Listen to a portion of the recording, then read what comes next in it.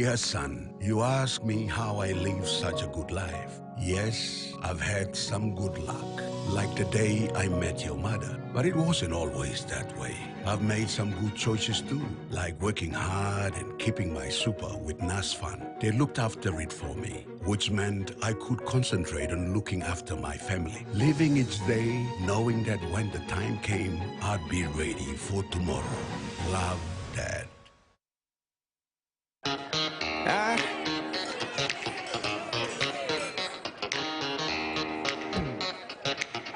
Superstition ain't the way.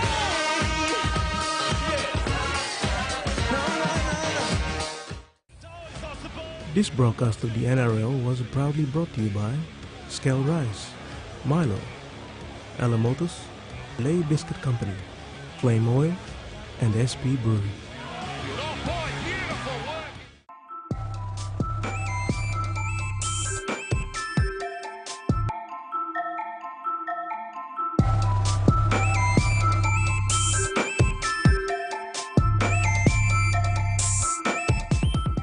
The TVWAN News is proudly brought to you by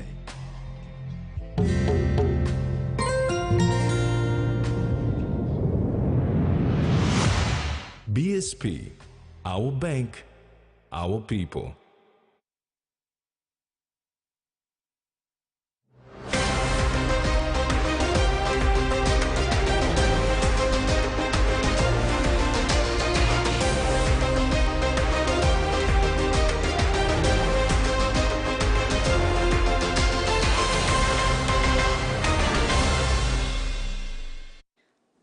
Hello, this is TV1 News. I'm Mary Silla. And I'm Terry. Join me for sports later on in the bulletin. In this edition, 55% economic benefits in Wafi Gopu. 23-year-old is top agriculture student, and good start for Lay Marlins.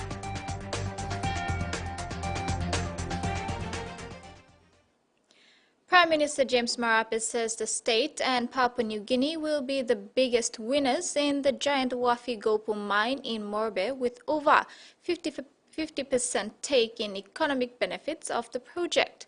A happy Marape said this after Thursday's landmark signing of the Framework Memorandum of Understanding between the independent state of PNG and Wafi Gopu joint venture participants, Newcrest and Harmony Gold, through their respective PNG subsidiaries. The signing of the Wafi Gopu Framework MOU was a momentous occasion, was attended by Governor-General Grant Sebog Dadai, Prime Minister James Marape, Deputy Prime Minister John Rosso, and senior ministers, as well as Morobe Governor Lutawenge and members of his Provincial Executive Council. Marape said PNG would win by way of state and PNG gain 55% of the project economics. State equity is at 30% with 10% carried. The 10% carried equity will be for Morobe and landowners. 2% tax for fiscal stability is premium on top of the full 30% tax to be paid, royalty at 3% with no deductions, and additional $394 million for social community infrastructure. The Newcrest and Amoni are putting on top of government's 1.2 billion kina infrastructure and business development grant. The PM continued that a local content forum will be held with developers, Morobe provincial government and landowners, where government will be pushing for local content above 80% in construction period all the way to operations. Additional profits tax was secured, but dividends withholding tax was given away. Personal income tax was not treated as companies' contributions, unlike Lihir, and special mining lease will be issued for only 30 months until investors do front-end engineering design and final investment decision to qualify them for extension. After FID, then cash call will be required from Kumul Minerals Holdings Limited equity contributions. Marape said a framework has been established whereby Newcrest and Harmony and the state on behalf of the Morobe provincial government and landowners will progress Wafigolpu mine development so that it can start at the very earliest. He said this is a major resource with substantial gold and copper which will anchor our country for the next 40 years and beyond. Freddie Moe, TV1 News. Comul Petroleum Holdings has taken a step closer to its fabrication facility with the signing of an MOU with Sinopec Engineering and Construction and China State Construction and Engineering Company to oversee the engineering, procurement and construction phase of the project. The facility will have a capacity of 20,000 tons per year and produce modular packages for the construction of the Papua LNG project and other LNG and mining projects. The facility will create direct employment for 1,000 skilled Papua New Guineans and indirect jobs for up to 3,000 more locals. The construction of the facility and associated training academy has already started, with recruitment for trainees ongoing. Comul Petroleum expects to work with Papua LNG Project's EPC contractors to start using the facility when the project enters the construction phase later this year or early next year. The facility is designed to meet national content requirements for petroleum, energy, mining and major infrastructure construction in the country. Prime Minister James Marape has commended student leaders of the country's tertiary institutions for organizing a forum where he and leader of opposition Joseph Lilang came together to discuss issues of national importance. The Prime Minister said students have shown a high level of maturity in allowing for a first-of-its-kind discussion that he wants to see continue into the future. A forum called the National Panel Discussion was organized by the Students' Representative Council of the University of PNG on Wednesday at the UPNG main lecture hall. It included the Student Representative Council of the country's leading tertiary institutions. The event featured Prime Minister James Marape and opposition leader Joseph Lelang, who participated by fielding questions on pressing national issues put forward by student leaders and discussing the issues before them. Topics included the economy of the country and inflation, unemployment, review of the constitution, law and order, and the proposed gold refinery bill. Students stand up in numbers and filled the auditorium to capacity. The panel discussion was hailed a success by PM Marape. Marape said he appreciated the students' maturity for setting standards on how universities, as institutions of higher learning and intellectual discourse, can take leadership rationally and responsibly while allowing for debate on national issues to take place. And so I appreciate the dialogue that is staged here in a civil manner, in an educated manner where conversations need to be made, where points are raised and response come through so that you hold us to account for what needs to be done in our country. Sincerest congratulations to each and every one of you. The Prime Minister expressed that he looks forward to more similar programs. He plans to return to do a presentation on the country's economic history, where we came from and where we are headed. Thank you to the student bodies. I was myself and the Honorable Lelang and the Honorable David Stephen. We were here in 1991, if I'm not wrong. And I see some of my schoolmates were here. 1991, there was a massive strike and the campus got shut down for half a year. And we belong to the privileged few who came back to continue on to graduate. Many missed graduations because the next year you had classes being squeezed up and some were missed out in the 1992 class. Freddie Moe, TV1 News. Sweep TB, a project led by the Western Provincial Health Authority, will be rolled out on Daru Island. It will be implemented by the Burnett Institute and supported by World Vision. The project was launched during the recent World TB Day commemoration in Daru. SWIP TB stands for Systematic Island-Wide Engagement and Elimination Project for TB.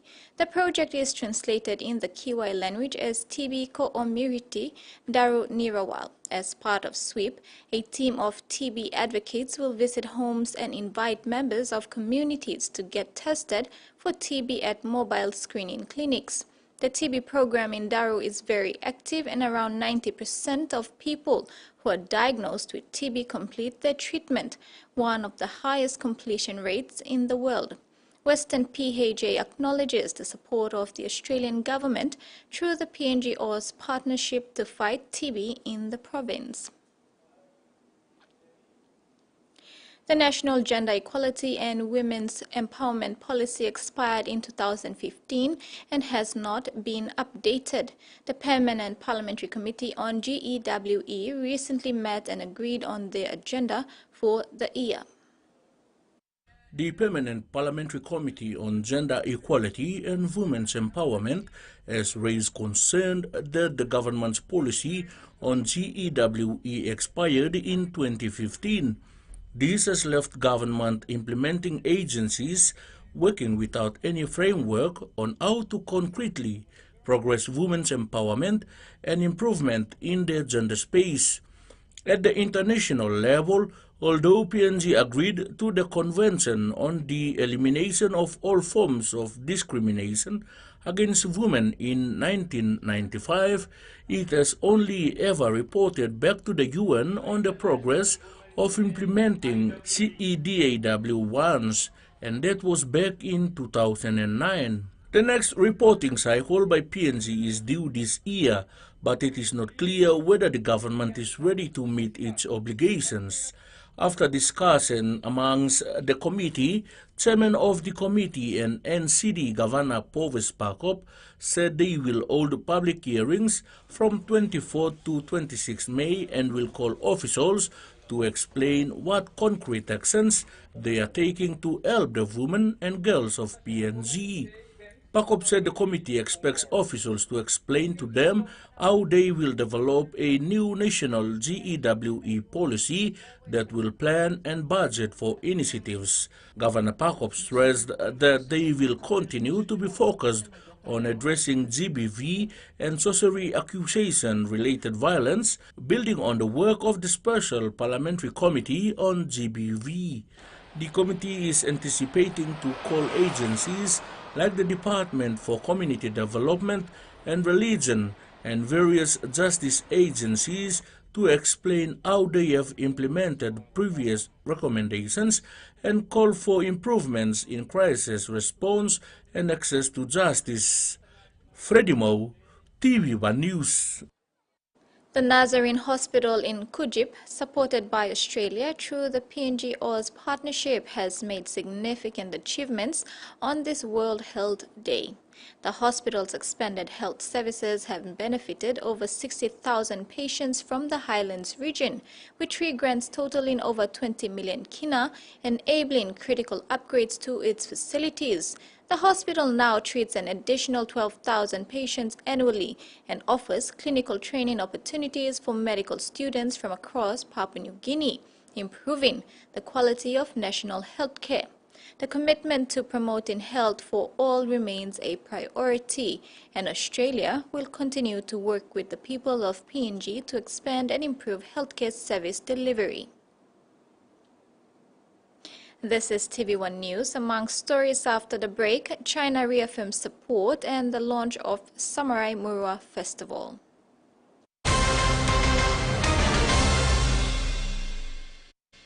Whether we're playing sport, exercising for fitness, being active for work or play, just having some fun, or just chilling, there is one name we can count on that we know will keep us going strong. Skell Rice. Healthy, nutritious, delicious medium grain rice full of vitamins and minerals. Skell helps us maintain a healthy, active lifestyle so we can enjoy every day. Skell Rice.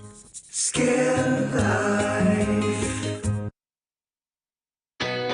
A true champion is measured by their courage, their determination, and their passion to never give up and to always keep trying.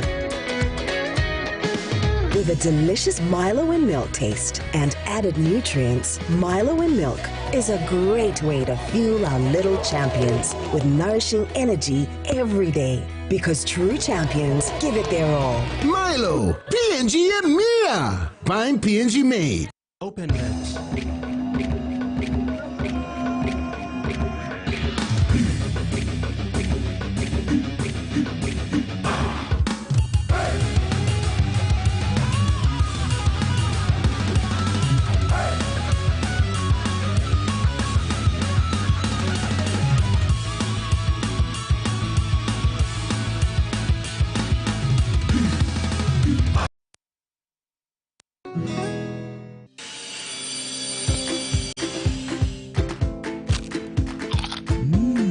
Right across the nation, we eat snacks crackers.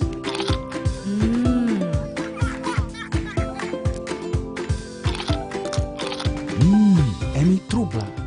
All get a young planalapun, only like him snacks crackers. Only make him here, no PNG, one-time lay biscuit company. It's crunchy and tasty. It's irresistible. He says the best Hunters players come from his region. So does she. But there's one thing that brings everyone together. SB Laga, Bunyamyumi.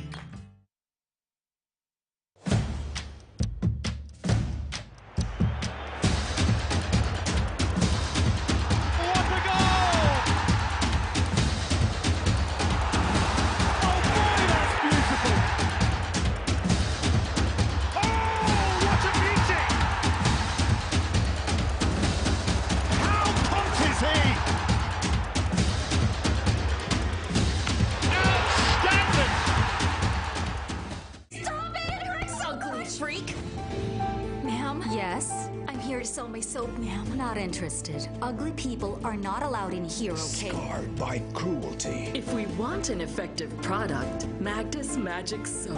At this point, you've never had or seen 200,000 pesos ever in your whole life. There are more important things than money in this world. Respect. I thought I'd befriend Magda so I can gain her trust. And she has no idea that you're connected to us? You want to look at my formula?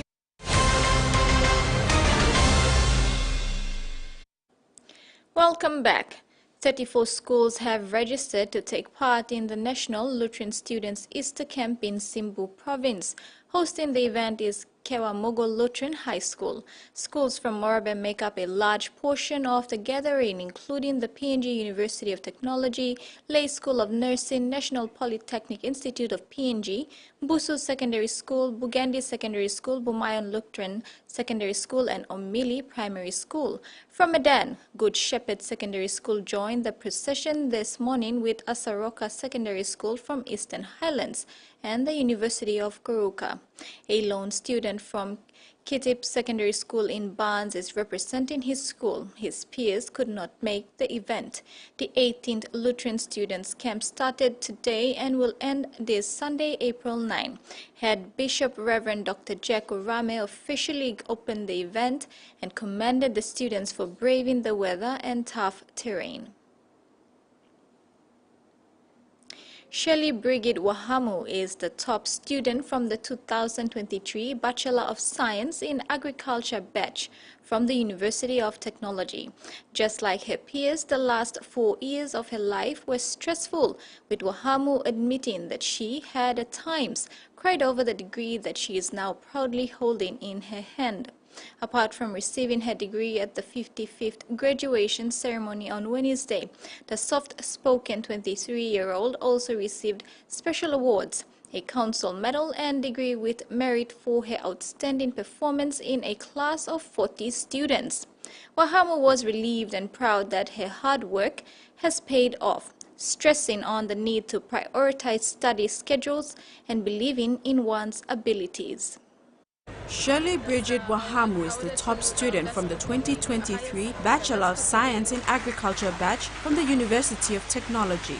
Besides her degree, she also received the special awards of Council Medal and degree with merit. So I graduated with merit and a council medal. That's the award awarded to the best performing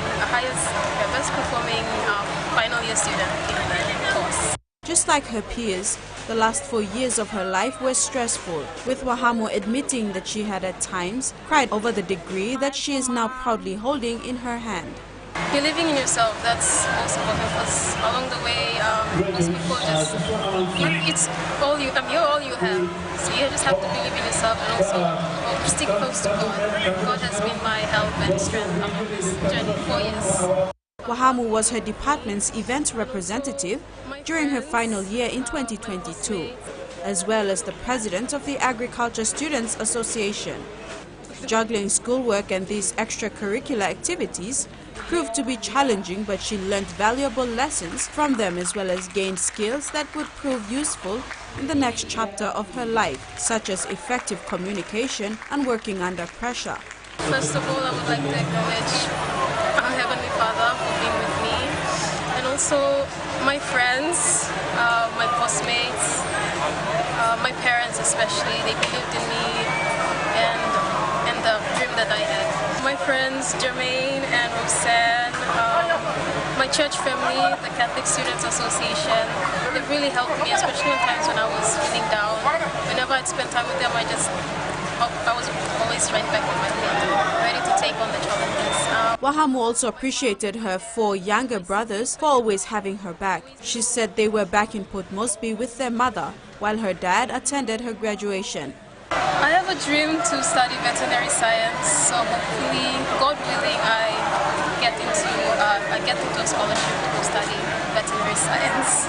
The agricultural scientist emphasized that women need to support each other, saying her sisterhood in university helped her overcome obstacles as well as push her to be the best in her field. Jasmine Ero, TVWAN News. State Councillor and Minister of Foreign Affairs of the People's Republic of China has reaffirmed China's support to the PNG government by listing a number of projects that will be funded by China. The Chinese Foreign Affairs Minister made these commitments to Foreign Affairs Minister Justin Chuchenko on the 3rd day of Chuchenko's bilateral visit to China. State Councillor and Minister of Foreign Affairs of the People's Republic of China, His Excellency Qin Gang, has given the reassurance that he will personally see to the renovation and reconstruction of the Port Moresby International Convention Centre. He shared this with Papua New Guinea Foreign Affairs Minister Justin Chuchenko when assuring China's continued support in its implementation of Chinese-funded projects in PNG. Minister Gang also mentioned the building of teachers' apartments for the Butuka Academy, the construction of the Taurama Military Hospital, development of the St. Michael Somare Peace Park, and commit to funding and construction of the Gerhu Hospital. Gang also responded positively to the request by Chuchenko for the Chinese government to construct and renovate the Taurama Barracks Primary School. Both foreign ministers also discussed Chinese assistance into renovation and reconstruction of police barracks within the National Capital District, commencing with the Badili Police Barracks. Meantime, Minister Qin Gang informed Minister Chuchenko of the Chinese government's intention to host the Belt and Road Leaders Forum later this year. Gang further stated that he looked forward to welcoming Papua New Guinea to the forum. Minister Chuchenko in turn confirmed Prime Minister James Marape's attendance of this important forum. Coupled with that, the Chinese government will be looking to host the China-Pacific Island countries during the course of this year and looks forward to hosting the PIC leaders. The National Cultural Commission, in collaboration with the Office of the Member for Samurai Murua, officially launched the Samurai Murua Song, Music and Dance Festival on 6th April in Port Moresby. The small but significant event was officiated by Member for Samurai Murua and Minister for Tourism, Arts and Culture, Isi Henry Leonard, and NCC Executive Director Stephen Kilanda. Executive Director of the National Cultural Commission, Stephen Kilanda, when speaking at the launch of the Samurai Murua Music, Dance and Song Festival, expressed his belief that the festival is a unique and important occasion for preserving and safeguarding PNG's culture.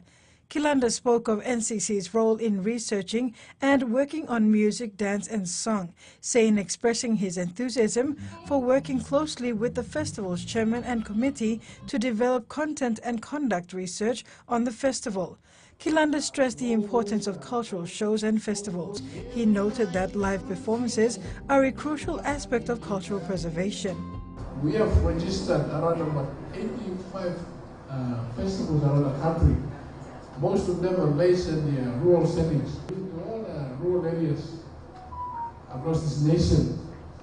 And we have established a lot of festivals and cultural shows at the district level and at the community and village level. We are now trying to give opportunity back to our people to showcase their culture.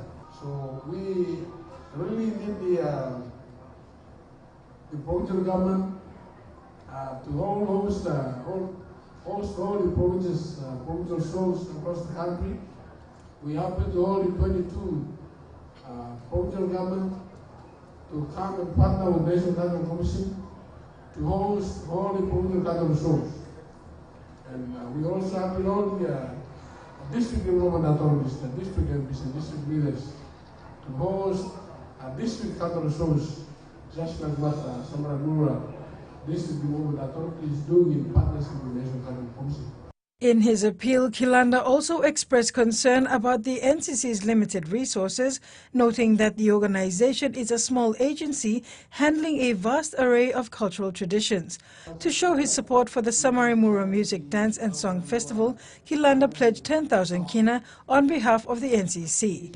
In his keynote address, Minister Leonard emphasized the importance of music, song and dance in expressing culture and identity, which is a universal concept that should be promoted and fused together. So for me as Tourism Minister, I'd like to do this program in my district towards the end of this month. Towards the end of this month, we will host Samarimura Islands music, song and dance in our district. And I believe through first of all, we unite our people. We unite our people, we bring them together, they express themselves, and we can celebrate, appreciating each other. Carol Kidu Jr., TVWAN News. It is important to preserve Papua New Guinea's culture in order to move forward and also to use it as a means of progress for the country. By promoting, protecting and monetizing cultural events, tourism can be attracted to the country. During the launch of his people's first ever Samarimura Music, Song and Dance Festival, Member for Samarimura and Minister for Tourism, Arts and Culture, Isi Henry Leonard spoke on the recent increase in cruise ships visiting Papua New Guinea after the lifting of COVID-19 restrictions in Alotau and how it has brought in more tourists. Minister Leonard sees this as an opportunity to promote culture by engaging with provinces and going rural to showcase genuine cultural experiences.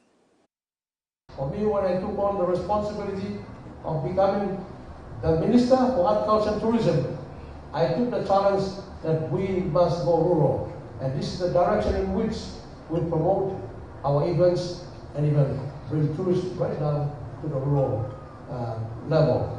Because that is where the genuine owners of the product are. And let them enjoy their product and monetize it. I was surprised to see that some of our people in Alotau, they had American dollar bills. And I asked them, where did you get those monies from? From tourists. They were buying services and goods in Alotau using US dollar. Who would ever imagine that? That's the impact of tourism, using culture. You're watching TVWAN News. When we return, we'll have news from around the region.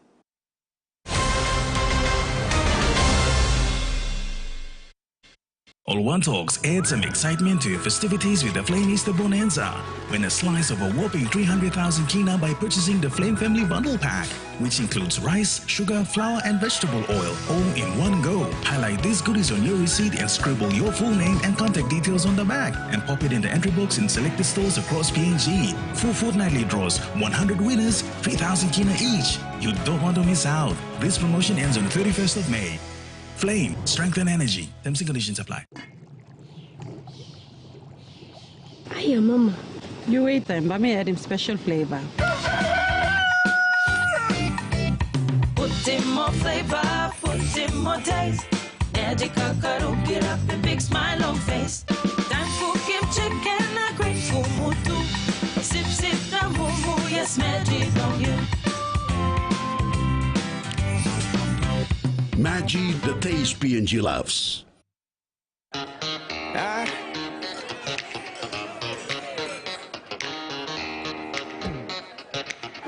Superstition ain't the way.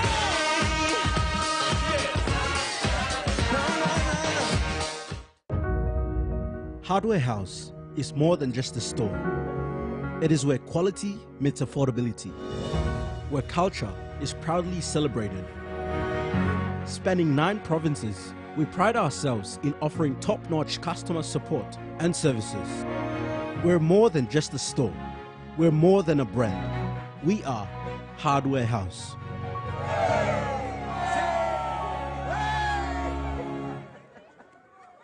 Remember the joy of playing with your toys as a child? At Money Plus, we believe that every small business deserves a chance to build and grow. That's why we offer asset financing. Chance to building something new, to see a different point of view. With Money Plus, we're ready to go. Mipla halivim wari belong you.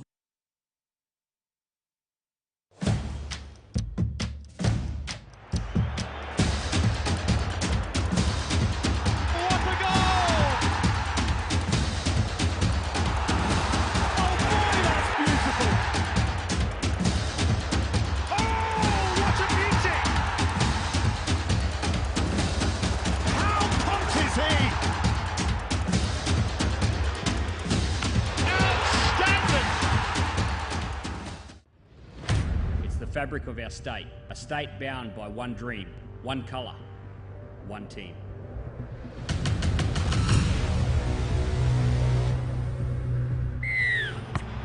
And the battle resumes. Right on the money. It's on in the back plane. It's on. There are punches. The Magic Man from Newcastle.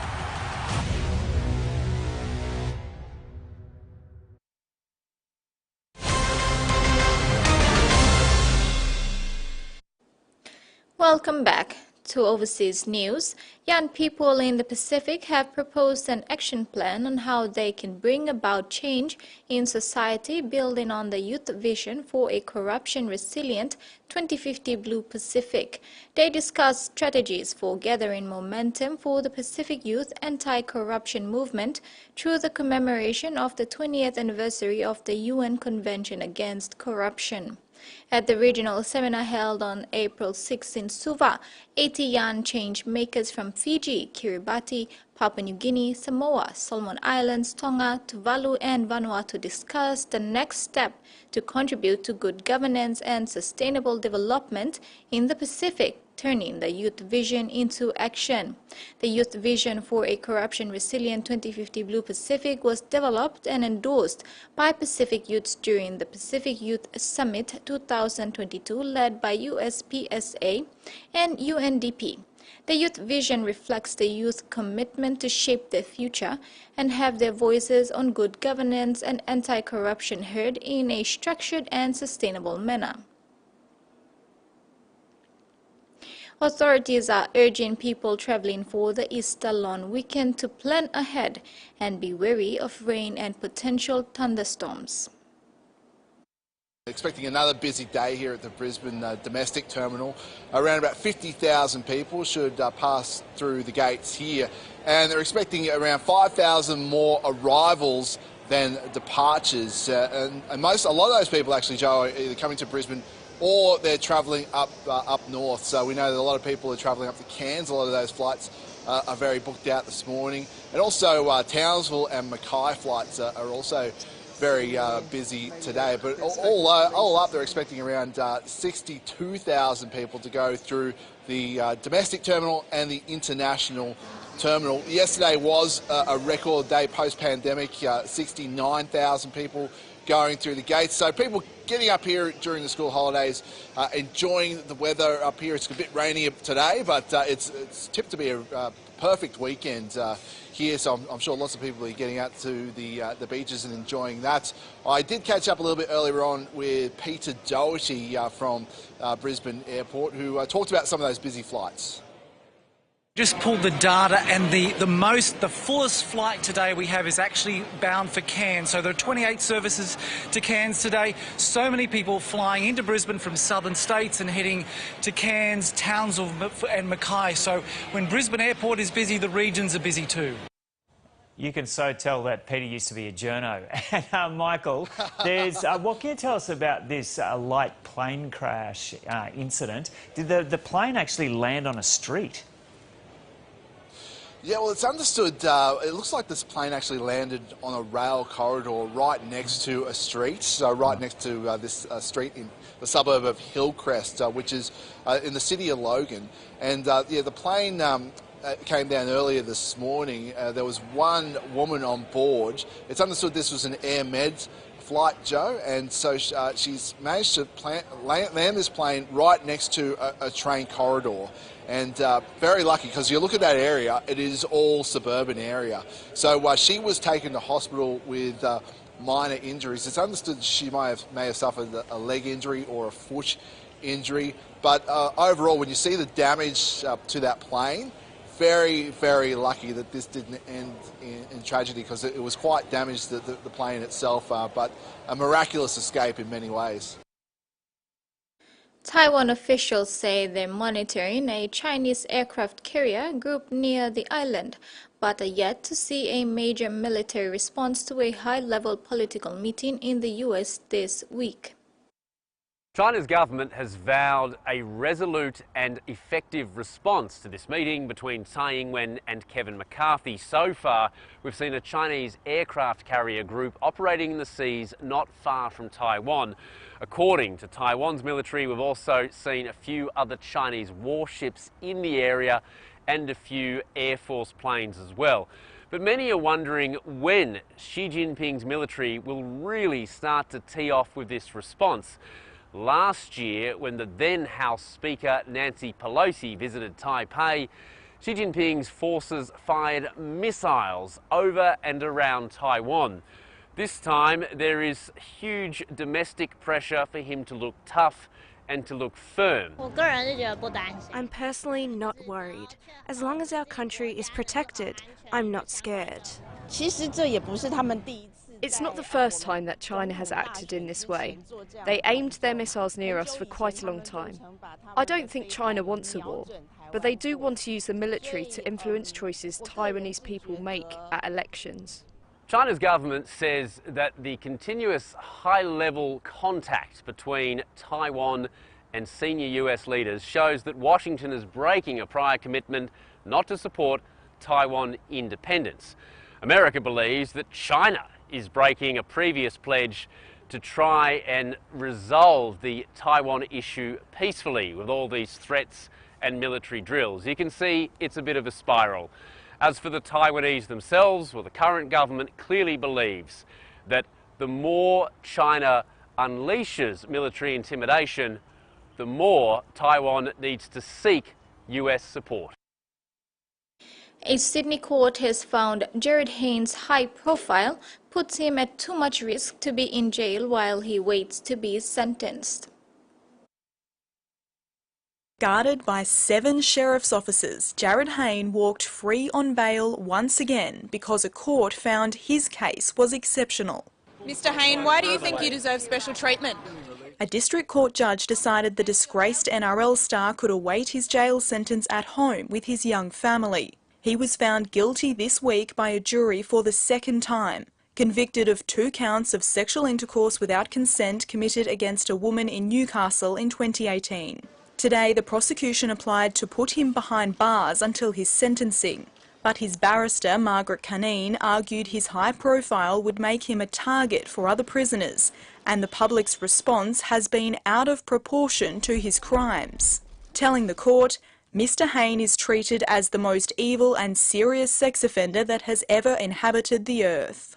She also argued Hayne needed to help his wife and children move from their Sydney home to the country to be with her family before he goes to jail. But the Crown prosecutor argued that wasn't enough to grant him bail. All it comes down to is the fact that the offender is a high-profile footballer, he told the court.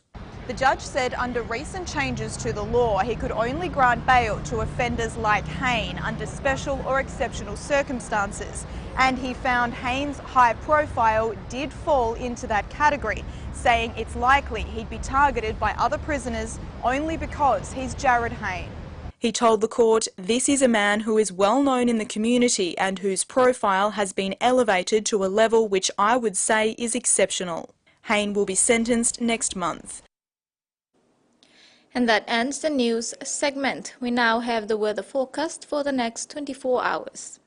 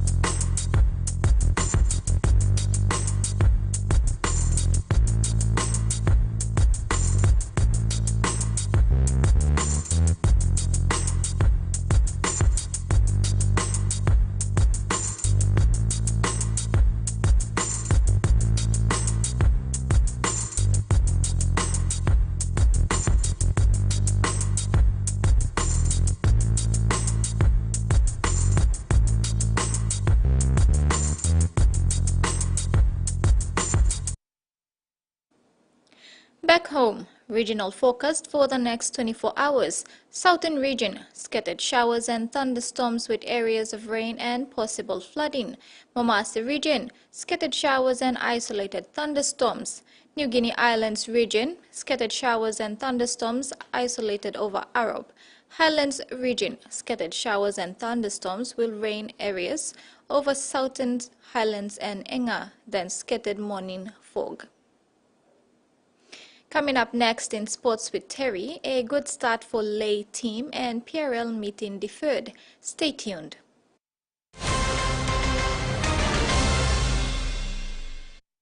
Remember the joy of playing with your toys as a child? At Money Plus, we believe that every small business deserves a chance to build and grow. That's why we offer asset financing. Now chance to building something new, to see a different point of view. With Money Plus we're ready to go. Mipla halivim wari belong you. Dear son, you ask me how I live such a good life. Yes, I've had some good luck, like the day I met your mother. But it wasn't always that way. I've made some good choices too, like working hard and keeping my super with NASFAN. They looked after it for me, which meant I could concentrate on looking after my family. Living each day, knowing that when the time came, I'd be ready for tomorrow. Love, Dad. Anthony, huge chance, brilliant goal! Pressure, ever increasing pressure. Mendy! Oh, wow! Brilliantly taken, struck so sweetly by Jensen.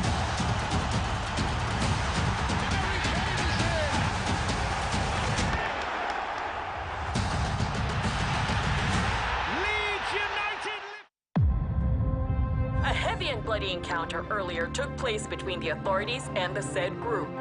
The police raided the place where the vendetta was staying, and one of the witnesses said that Cardo was among those that the police engaged with. We saw it on the news. Vendetta has escaped again? My son is still alive. I want to see my son! I'm not gonna stop until I have found them. Well, folks, after literally years of negotiation between the fan and the management of Steve Menzies, we have secured the great man for the show. Welcome to the Fan.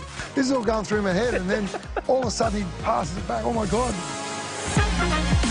Today we have enlisted the help of Panthers co-captain and superstar halfback. When you've kicked it well, you usually know, and especially on the chip kicks, I usually know. Thanks to Nathan Cleary, invaluable insight for the fans out there, for the kids out there. Right now, we're facing a man-made disaster of global scale. Our greatest threat in thousands of years, climate change.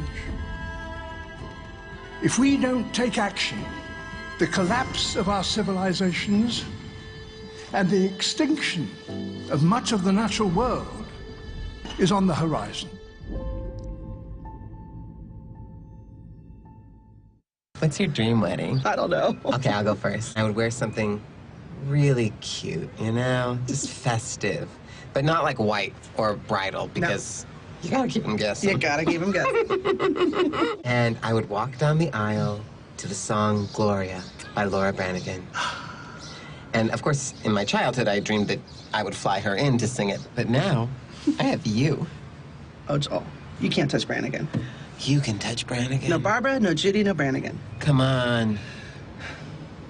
Gloria, Gloria, I think they've got your number. Gloria, I think they've got the alias. Gloria, that you've been living under, but you really don't remember. Was it something that they said? All the voices in your head calling Gloria. Shake 'em, Gloria, Gloria, I think they got your number, Gloria.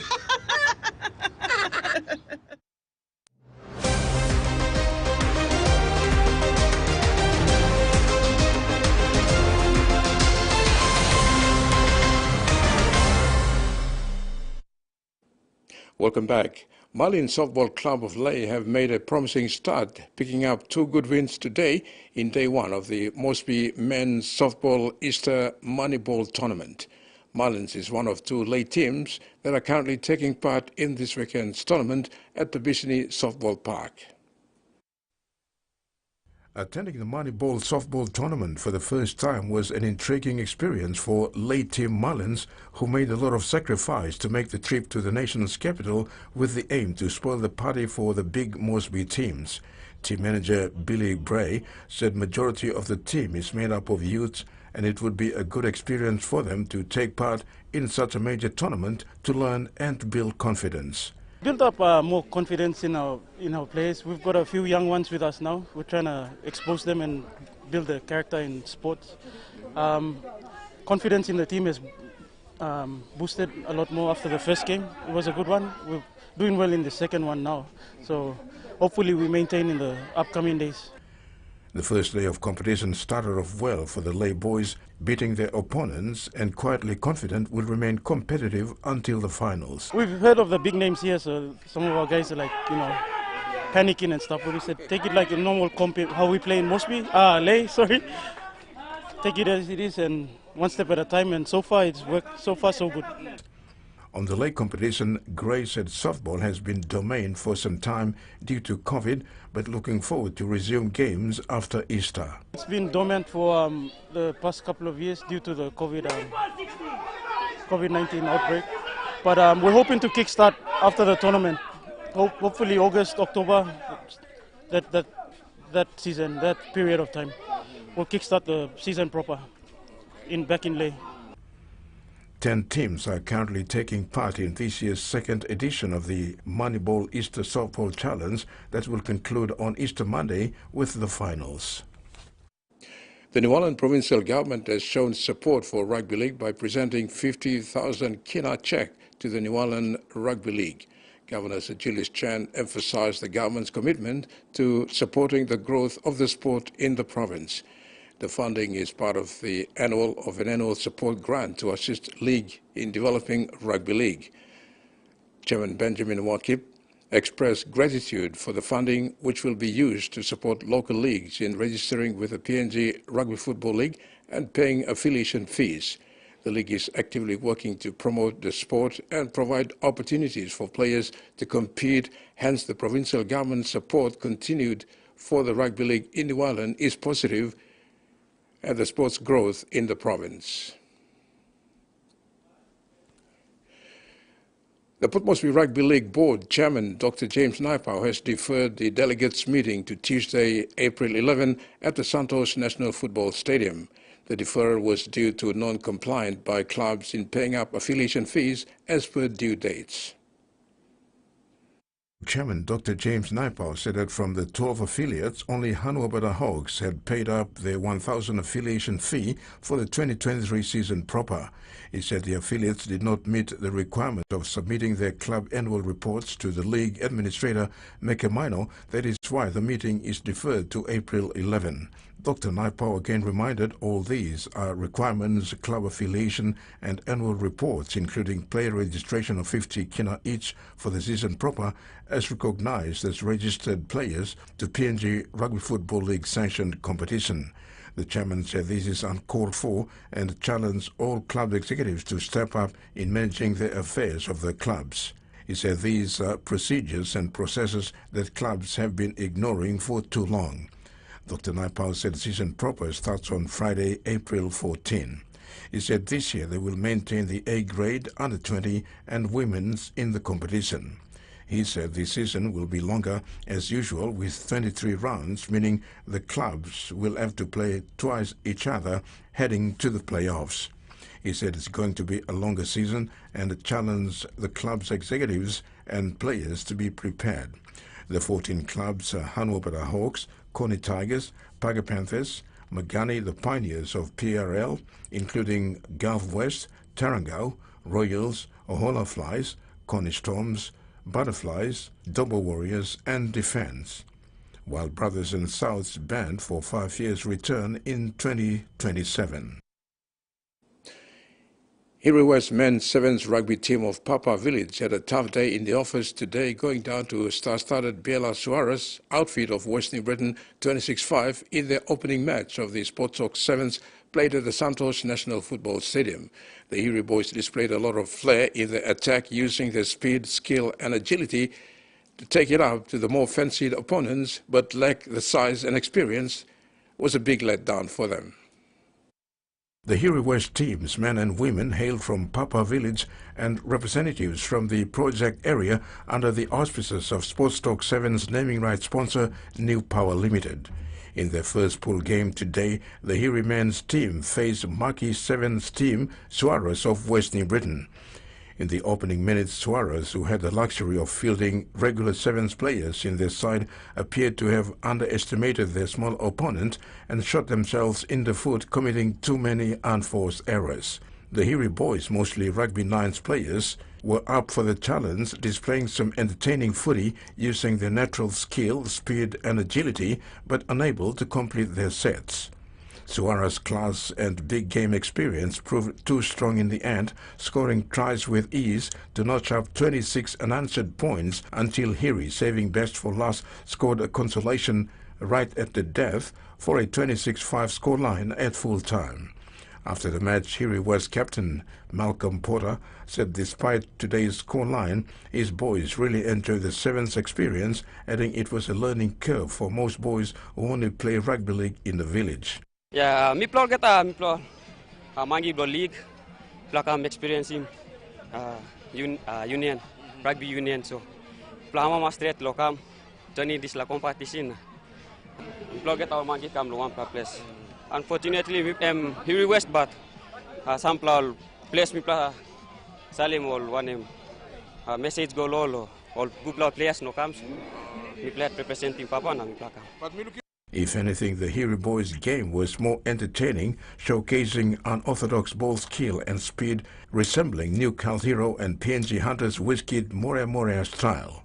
Mi plau lo one era blo Morea Morea, mi plau can play. Na players na mama straight, ends up representing Hunters, PNG Hunters. Mi plau plante ol mangi emol train hard na go hard sen. Oba kam join him na, power him na go. And that's all the sports for today. Thank you, Mary. Thank you, Terry. Before we go, remember to apply the following simple measures to prevent transmission of the coronavirus. Regularly wash your hands with soap and water. Cough or sneeze into your elbow. And exercise social distancing. If you're feeling sick, please stay at home. You can also call the COVID-19 hotline number for more information or assistance. Happy Easter and bye for now. Bye.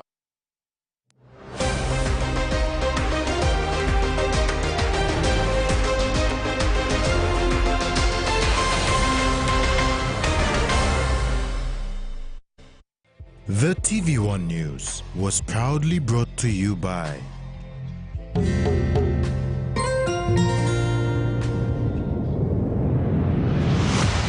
BSP, our bank, our people.